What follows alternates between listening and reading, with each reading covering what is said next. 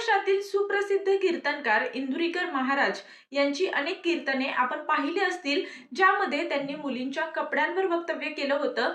तसेच लोकांना साधे राहण्याचे देखील उपदेश त्यांनी आपल्या अनेक कीर्तनातून दिलेले आपण पाहिलेच आहेत. सध्या त्यांचे याबाबतचे अनेक कीर्तनाचे व्हिडिओ सोशल मीडियावर प्रचंड व्हायरल होत आहेत आणि त्यामागचं कारण म्हणजे त्यांच्या मुलीचा नुकताच साखरपुडा मोठ्या थाटामाटात साजरा झाला आणि यावेळी त्यांच्या मुलीच्या कपड्यांवर आणि या दिमागदार सोहळ्याबद्दल देखील सोशल मीडियावर अनेक टीका होत आहेत. मात्र आता मुलीच्या साखरपुड्यावरील टीकेनंतर प्रसिद्ध कीर्तनकार निवृत्ती महाराज इंदुरीकर यांनी कीर्तन सेवा थांबवण्याच्या विचारात असल्याचं बोलून दाखवलं आहे. आम्ही किती कष्ट केले याचा लोक कधीच विचार करत नाहीत. आम्ही संसार कसा केला हे पण त्यांना माहीत नाही. मी 8 दिवस लेकरांना भेटत नव्हतो. आता लोक इतके खाली गेले आहेत की माझ्या मुलीच्या लग्नाच्या कपड्यांवर बोलत आहेत.